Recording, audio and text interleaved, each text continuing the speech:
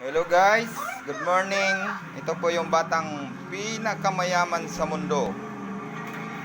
Ito po ang ginagawa niya araw-araw. Ito po nanonood ng TV. Okay po guys. Ito po yung yaya niya. Yan. Ganito lang po yan. Araw-araw pong ginagawa niya.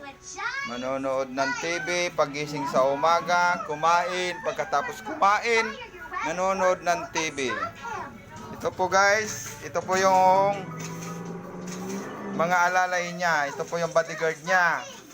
Ito po yung aso. Ganito po yung guys. Walang ginagawa sa araw-araw.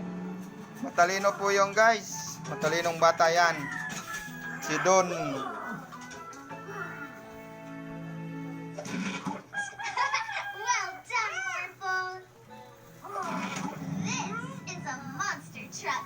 Okay guys, ito lang po yan sa araw-araw. So, dito na lang po guys ang video natin magtatapos. Paki-subscribe na lang po sa video ko, like and share. Salamat po, maraming pong salamat. God bless you in all. Sa susunod pong video, okay, thank you.